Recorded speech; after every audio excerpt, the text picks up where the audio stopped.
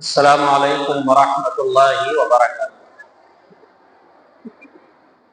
الحمد للہ رب العالمین والصلاة والسلام علی سید الانبیاء والمرسلین، اما بعد۔ اعوذ باللہ من الشیطان الرجیم، بسم اللہ الرحمن الرحیم۔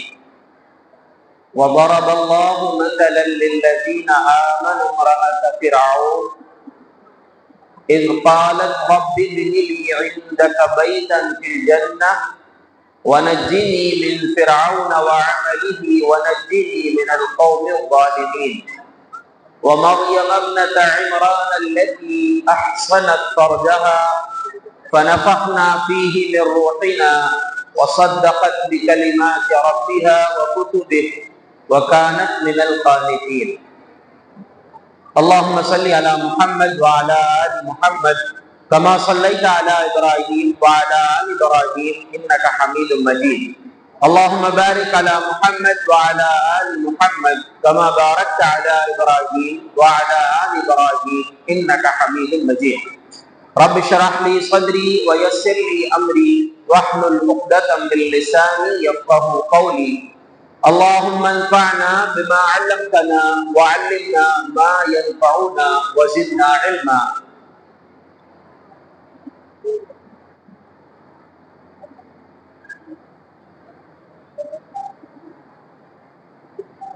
محترم صدر اجلاس، معزز علماء کرام، بزرگوں، نوجوان ساتھیوں، پیارے بچوں، پردہ نشین ماؤں اور بہنوں، جیسا کہ آپ نے سنا، مجھے خاص طور سے لڑکیاں یا خواتین سے متعلق کچھ باتیں آپ کے سامنے رکھنی ہے۔ ابھی آپ نے بچوں کی بھی تقاریر، حمد اور نعت سنے ہیں، ساتھ میں جو علماء کرام تشریف لائے ہیں ان کے بیانات بھی آپ نے سماعت کیا ہے۔ جو جیسے مردوں کے لیے ہے ویسے ہی خواتین کے لیے بھی یہ تمام خطابات اتنا ہی مقام رکھتے ہیں، لیکن مجھے جو باتیں آپ کے سامنے عرض کرنا ہے اس میں خواتین تو مخاطب ہے ہی، مرد حضرات جو ایک والد کی حیثیت سے، بڑے بھائی کی حیثیت سے اپنے سماج میں زندگی گزار رہے ہیں، ان کی بھی ذمہ داری ہے کہ وہ ان باتوں پر غور کریں۔ بچیوں کی اسلامی تربیت، صحیح تعلیم اور جینے کا صحیح سلیقہ، صحیح ادب سکھایا جانا یہ کیوں ضروری ہے؟ لڑکیاں جو ایک بیٹی کی شکل میں سب سے پہلے دنیا میں آتی ہیں، پھر مستقبل میں وہ بیوی کے کردار تک پہنچتی ہیں، اور بیوی کے مقام پر پہنچنے کے بعد اگر وہ نیک بیوی ہے، شوہر کی فرما بردار ہے، تو نبی اکرم صلی اللہ علیہ وسلم کا فرمان ہے، الدنیا کلھا متاع وخیر متاع الدنیا المرأة الصالحہ۔ پوری دنیا فائدہ اٹھانے کی چیز ہے، انسانوں کے فائدے کی چیزیں اللہ رب العالمین نے دنیا میں رکھا ہے، لیکن ایک انسان کے لیے سب سے بہترین فائدے کی کوئی چیز ہے تو وہ نیک بیوی ہے۔ جس مرد کو نیک بیوی مل گئی اس کو دنیا کی عظیم ترین نعمت اللہ رب العالمین نے عطا کر دیا ہے۔ یہ نیک بیوی کیسے بنتی ہے؟ جب اس کی صحیح معنوں میں تربیت کی جائے۔ اور ابھی آپ نے عصر کی نماز کے پہلے جو خطاب سنا ہے جس میں اولاد کی تربیت کی بات آپ کے سامنے رکھی گئی، اولاد میں بیٹا اور بیٹی دونوں شامل ہیں، اسی کا ایک حصہ جو ہے بیٹیوں سے متعلق مجھے آپ کے سامنے رکھنا ہے۔ دیکھیے، بیٹیوں کی، لڑکیوں کی اسلامی تربیت یعنی ان کی صحیح تعلیم، اسلامی تعلیم اور ان کو زندگی گزارنے کا اسلامی انداز سکھانا، ان کے اندر مضبوط ایمان پیدا کرنا، ان کے اندر حیا کی صفت پیدا کرنے کی کوشش کرنا، یہ ہر ماں باپ کی ذمہ داری ہے، سماج کے ہر ذمہ دار شخص کی ذمہ داری ہے۔ کیوں ضروری ہے؟ ہم پہلے ان کی اہمیت کو سمجھیں۔ کہ بیٹی یا ایک لڑکی اس کا مقام اللہ رب العالمین نے کتنا اونچا رکھا ہے، اس کو کیا مقام عطا کیا ہے۔ جو ایک بیٹی دنیا میں آتی ہے، دور جاہلیت میں عرب میں کچھ قبیلے ایسے تھے جو اپنی بیٹیوں کو پیدا ہونے کے فوراً بعد زندہ دفن کر دیتے تھے یا ان کو قتل کر دیا کرتے تھے۔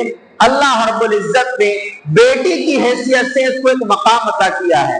اور دیکھیں اللہ نے جو اولاد کی تقسیم کی ہے، کسی کو اللہ تبارک و تعالیٰ بیٹیاں، کسی کو بیٹے، کسی کو دونوں، کسی کو کچھ بھی نہیں، جو دیتا ہے اللہ تبارک و تعالیٰ، اس تقسیم کی شروعات اللہ نے بیٹی سے کی ہے۔ اللہ رب العزت کا فرمان ہے للہ ملک السماوات والارض یخلق ما یشاء، آسمانوں اور زمین کی بادشاہت اللہ رب العالمین کے پاس ہے۔ اللہ ہی اس پوری کائنات کا مالک اور بادشاہ ہے۔ یخلق ما یشاء، اللہ رب العزت جو چاہتا ہے پیدا کرتا ہے، اس کو کوئی روک نہیں سکتا، کوئی ٹوک نہیں سکتا، کوئی مشورہ نہیں دے سکتا، یہ اللہ کے اختیار کی بات ہے۔ اب آگے اللہ نے کیا کہا، یَهَبُ لِمَن یَشَاءُ إِنَاثًا، اللہ جس کو چاہتا ہے بیٹیاں دیتا ہے۔ بیٹوں سے پہلے اللہ نے بیٹیوں کا ذکر کیا ہے۔ اللہ جسے چاہتا ہے بیٹیاں دیتا ہے، جسے چاہتا ہے بیٹے دیتا ہے۔ او یزوجہم ذکرانا و اناثا، جس کو چاہتا ہے بیٹے بھی دیتا ہے، بیٹیاں بھی دیتا ہے۔ ویجعل من یشاء عقیما، اور جس کو چاہتا ہے اللہ بانجھ کر دیتا ہے، کچھ بھی نہیں دیتا۔ انہ علیم قدیر، یقیناً اللہ رب العالمین علم بھی رکھنے والا ہے، قدرت بھی رکھنے والا ہے، اس کو معلوم ہے کس کو کیا دینا ہے، کس کو نہیں دینا ہے، کس کو کتنی اولاد دینا ہے۔ اور جس کو نہیں ملی ہے، اس کا یہ مطلب نہیں ہے کہ اللہ اسے اولاد نہیں دے سکتا۔ اللہ تبارک و تعالی ہر چیز پر قدرت رکھنے والا ہے، وہ اسے اولاد دے سکتا ہے، لیکن اللہ رب العالمین کی حکمت ہے، اللہ کے علم میں ہے کس کے لیے کیا بہتر ہے، وہ اللہ بہتر جانتا ہے۔ تو ان آیات میں، ان دونوں آیت میں اللہ تبارک و تعالیٰ نے سب سے پہلے نعمت، اولاد کی نعمت کی جو تقسیم کا ذکر کیا، تو پہلے نمبر پر بیٹیوں کا اللہ رب العالمین نے ذکر کیا ہے۔ اور یاد رکھیں، ہمارے سماج میں جہالت کی بنیاد پر یا مختلف سوچ کی بنیاد پر کبھی کبھی ایسا ہوتا ہے کہ لوگ بیٹیوں کی پیدائش کو برا سمجھتے ہیں۔ ایک دو تین بیٹیاں اگر کسی کے گھر ہو گئی تو وہ ان کو تکلیف ہونے لگتی ہے۔ کبھی تو ایسا بھی ہوتا ہے، جہالت اس قدر ہوتی ہے کہ شوہر اپنے گھر میں بیٹیاں پیدا ہونے کی وجہ سے اپنی بیوی پر ناراض ہوتا ہے، اس کے ساتھ برا سلوک کرتا ہے۔ عجیب بات ہے یہ، کیا بیٹیاں اس خاتون، اس ماں کے اختیار میں ہے کہ وہ بیٹیوں کو جنم دے یا بیٹوں کو جنم دے؟ اس کے اختیار میں ہوتا تو جو آپ کی مرضی تھی ویسا وہ کر لی ہوتی، لیکن یہ تو اللہ رب العزت کا اختیار ہے۔ اگر کوئی باپ بیٹی کی پیدائش پر اپنی ہونے والی بیوی کو اگر تکلیف دیتا ہے تو یاد رکھے گویا کہ وہ اللہ کی تقسیم پر اللہ رب العالمین سے لڑنے کی کوشش کر رہا ہے، اللہ کی تقسیم پر اعتراض کر رہا ہے۔ یہ اللہ رب العالمین کی قدرت ہے، اس کے علم میں ہے کیا کرنا ہے، کیسے کرنا ہے۔ لیکن یاد رکھیں، صحیح سوچ یہ ہے، پیارے رسول صلی اللہ علیہ وسلم کا فرمان ہے، من عال جاریتین حتی تبلغا جاء یوم القیامت انا وہو کہاتین وانا وہو وضم اصابعہ۔ پیارے نبی صلی اللہ علیہ وسلم کے بارے میں صحابی رسول فرماتے ہیں کہ آپ نے فرمایا کہ جس نے دو بیٹیوں کی پرورش کیا، دو بیٹیوں کو ان کی پرورش یعنی ان کو پال پوس کر بڑا بھی کیا، ان کی صحیح تعلیم و تربیت کا انتظام بھی کیا، سب چیزیں اس میں شامل ہیں۔ جب اس نے یہ کام کیا، قیامت کے دن جب وہ شخص آئے گا، ایسے ماں باپ جنہوں نے اپنی بیٹیوں کی پرورش کیے ہیں، قیامت کے دن جب اللہ کے سامنے پہنچیں گے ان کو اللہ رب العزت ان بیٹیوں کی وجہ سے کیا مقام دے گا؟ آپ نے فرمایا میں اور وہ یہ انگلیوں کی طرح، آپ نے دو انگلیاں قریب کر کے یہ دو انگلیاں دکھا کر فرمایا کہ میں اور وہ ایسے رہیں گے۔ اب سوچئے کتنی بڑی بات ہے کہ ایک عام انسان اللہ کے نبی صلی اللہ علیہ وسلم کے ساتھ رہنے کا اس کو موقع مل جائے، عام مسلمان جس نے اپنی بیٹیوں کی صحیح معنوں میں پرورش کیا، ان کا حق ادا کیا۔ اور بڑی ایک بات ہے، ام المومنین عائشہ صدیقہ رضی اللہ عنہا کے دو الگ الگ واقعات، دو الگ مختلف الفاظ کے ساتھ دو روایتیں صحیح مسلم میں ہیں۔ ام المومنین کے پاس ایک دن ایک خاتون آئی اور آ کر اس نے کچھ مانگا، دو بیٹیوں کو لے کر آئی، اس کے ساتھ دو چھوٹی چھوٹی بیٹیاں تھیں، بیٹیوں کو لے کر آئی تھی اپنے ساتھ میں، آ کر اس نے کچھ مانگا، ام المومنین فرماتی ہیں فلم تجد عندی غیر تمرۃ واحدہ، میرے پاس اس کو دینے کے لیے صرف ایک کھجور تھی، ایک کھجور میرے پاس تھی۔ ایک طرف ام المومنین کے گھر کی حالت دیکھیے کہ گھر کے اندر صرف ایک کھجور ہے دینے کے لیے، وہ ایک کھجور بھی آپ نے اس خاتون کو دے دیا۔ کہتی ہیں اس خاتون نے اس ایک کھجور کے 2 ٹکڑے کیے اور ان دونوں بیٹیوں کو ایک ایک ٹکڑا دے دیا، اور اس میں سے کچھ بھی اس ماں نے نہیں کھایا۔ ماں نے اپنی دونوں بیٹیوں کو کھجور کا ایک ٹکڑا کھلا دیا اور اس کے بعد اپنی بیٹیوں کو لے کر نکل گئی۔ اللہ کے رسول صلی اللہ علیہ وسلم جب گھر تشریف لائے، آپ کو ام المومنین نے یہ واقعہ سنایا تو آپ صلی اللہ علیہ وسلم نے اس خاتون کے تعلق سے فرمایا من ابتلی من هذه البنات بشيء فاحسن اليهن كن له سترا من النار، جس شخص کو اللہ تبارک و تعالیٰ نے بیٹیاں دے کر آزمایا ہو، بیٹیاں اس کی زندگی میں آئی ہو، اور بیٹیوں کے ساتھ وہ انسان چاہے ماں ہو باپ ہو اپنی بیٹیوں کے ساتھ اچھا سلوک کرے، کن لہو سترا من النار، قیامت کے دن وہ بیٹیاں ان ماں باپ کے لیے جہنم سے آڑ بن جائیں گی، جہنم میں جانے نہیں دیں گی، جہنم میں ان کو نہیں جانے دیں گی، بلکہ جہنم سے ان کے لیے آڑ بن جائیں گی، پردہ بن جائیں گی۔ اور دوسرے واقعے میں یہ ہے کہ ام المومنین فرماتی ہیں ایک خاتون میرے پاس 2 بیٹیوں کو لے کر آئی، اور اس واقعے میں یہ ہے کہ میرے پاس اس نے 3 کھجوریں تھی، میرے پاس میں نے وہ 3 کھجوریں اس کو حوالے کر دی، تو اس نے ایک ایک کھجور اپنی دونوں بیٹیوں کو دی، اور ایک کھجور خود کھانے کے لیے اپنے منہ کے قریب لے گئی۔ اتنی دیر میں وہ بیٹیوں نے اپنے حصے کی کھجور تو کھا لی اور ماں سے وہ کھجور بھی مانگ لیا، تو ماں نے اس کھجور کے بھی 2 ٹکڑے کر کے دونوں ایک ایک بیٹیوں کو دے دیا، وَلَمْ تَأْكُلْ مِنْهَا شَيْءٍ، اور شیئاً اس میں سے کچھ بھی نہیں کھائی۔ اس ماں نے اپنے حصے کی کھجور بھی اس کو دے دیا۔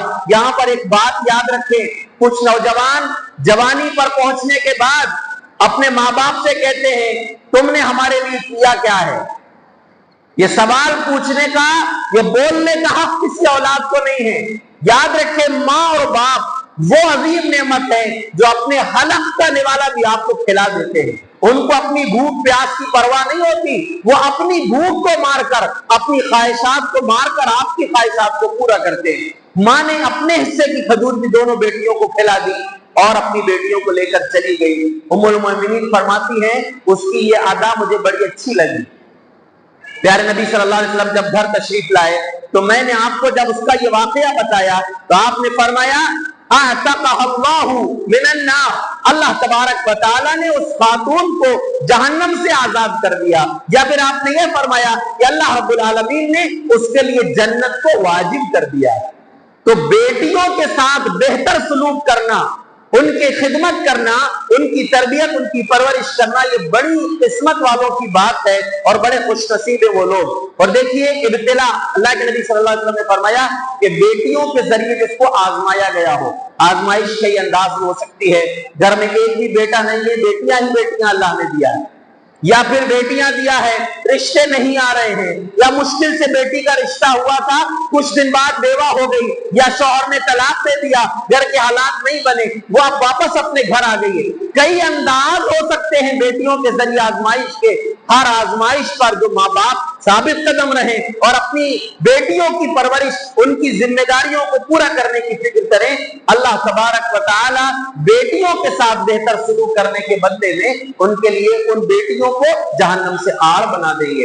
اب یہ بیٹیوں کی صحیح تربیت اگر کی جائے، ان کو ادب سکھایا جائے، ان کی تعلیم کا نظم کیا جائے، تو وہ بیٹیاں مستقبل میں جب ایک بیوی کے مقام پر پہنچیں گی تو ایک بہترین کردار پیش کریں گی، اور بیوی سے آگے بڑھ کر جب ماں کے مقام پر پہنچیں گی تو اپنی آنے والی نسلوں کو بہترین تعلیم دیں گی، اچھا عقیدہ سکھائیں گی، پیارے نبی صلی اللہ علیہ وسلم کی سنتوں سے محبت سکھائیں گی، تو وہ ایک مستقبل میں بہترین ماں کی حیثیت سے سماج کے بیچ میں لوگوں کو بہترین بنانے کی کوشش کریں گی۔ اور یاد رکھیں ہماری بیٹیوں کو صحیح تعلیم دینا، ان کو سب سے پہلی بنیاد جو ہے توحید مضبوط ان کی کرنا، ان کا صحیح عقیدے، ان کو صحیح عقیدہ سکھانا، یہ ہمارے لیے بڑا قیمتی اور بڑی اہم ذمہ داری ہے۔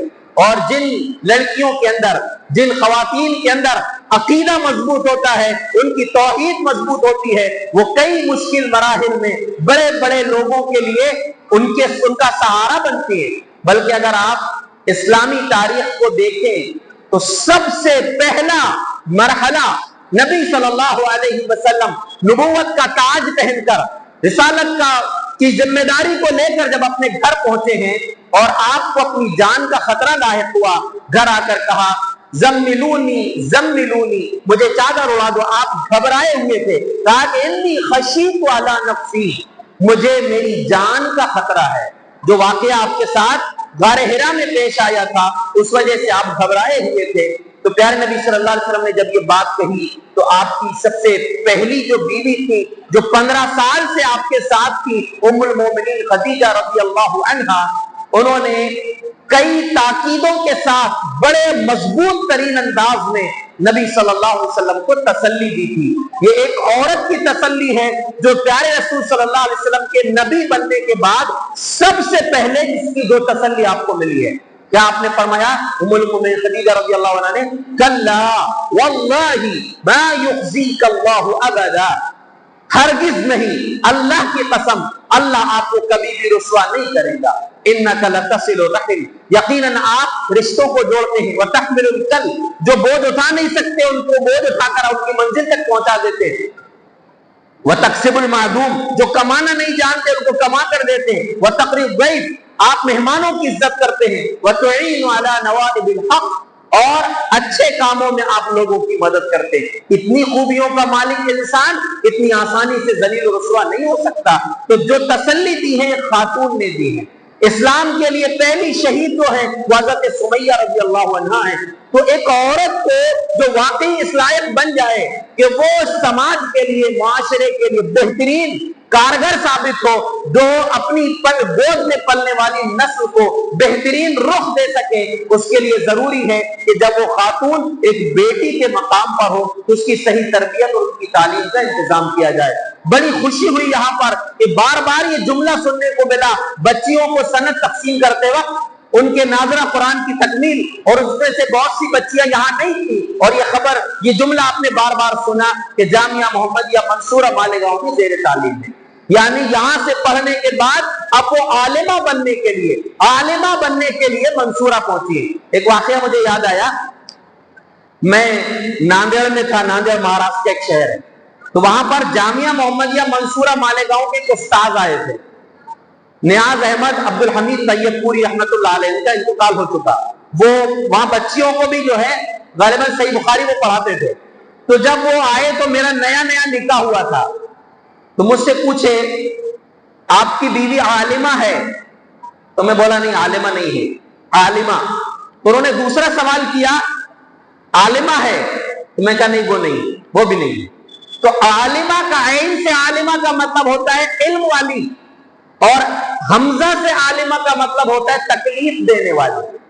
تو یہ جو بچیاں عالمہ بننے گئی ہیں، اللہ کرے کہ وہ صحیح معنوں میں عالمہ بن کر آئیں اور پھر کسی کے لیے تکلیف دینے والی ثابت نہ ہو، بلکہ وہ امت کے لیے بہترین عالمہ، باعمل، عاملہ بھی رہیں، عالمہ بھی رہیں، اور کسی کے لیے عالمہ نہ بنے، اپنے شوہر کے لیے، اپنے سماج کے لیے، اپنے سسرال کے لیے۔ تو ایسی کوشش یہ ہونی چاہیے کہ ہماری بچیوں کے لیے بہترین تربیت کا نظم ہو۔ بڑی خوشی ہوئی کہ اتنی بڑی تعداد یہاں سے بچوں کی بھی، اور بچوں سے زیادہ بڑی تعداد جو ہے وہ بچیوں کی الحمدللہ جامعہ محمدیہ منصورہ مالیگاؤں میں ہے۔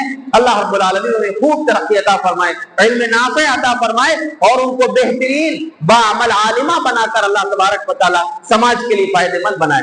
تو یاد رکھیے کہ بچیوں کی اسلامی تربیت، ان کی صحیح تعلیم اور صحیح تربیت کی ضرورت اس لیے ہے کہ وہ صرف اپنی ذات کے لیے نہیں بلکہ مستقبل میں ایک بہترین بیوی بن جائے، جو آپ نے سنا کہ وہ نیک بیوی بن جائے، اور اس کے بعد مستقبل میں ایک اچھی ماں کی حیثیت سے سماج میں جو ہے وہ اپنا کردار پیش کرے۔ دیکھیے صحابیات کی زندگی کو آپ دیکھیں گے تو ان کے اندر خود جذبہ تھا، خود شوق تھا علم حاصل کرنے کا، اور پیارے نبی صلی اللہ علیہ وسلم نے لوگوں کو اس بات کی ترغیب بھی دلائی ہے کہ عورتوں کی تعلیم کا نظم کیا جائے۔ امام بخاری رحمت اللہ علیہ نے اپنی کتاب صحیح بخاری کے کتاب العلم میں ایک باب قائم کیا ہے، باب تعلیم الرجل امتہ و اہلہ، کہ ایک مرد کی ذمہ داری ہے اپنی لونڈی کی بھی تعلیم کا نظم کرے اور اپنی بیوی کی بھی تعلیم کا، اپنے گھر والوں کی تعلیم کا بھی نظم کرے۔ اہل علم نے ایک بات کہی ہے کہ پہلے امام بخاری رحمت اللہ علیہ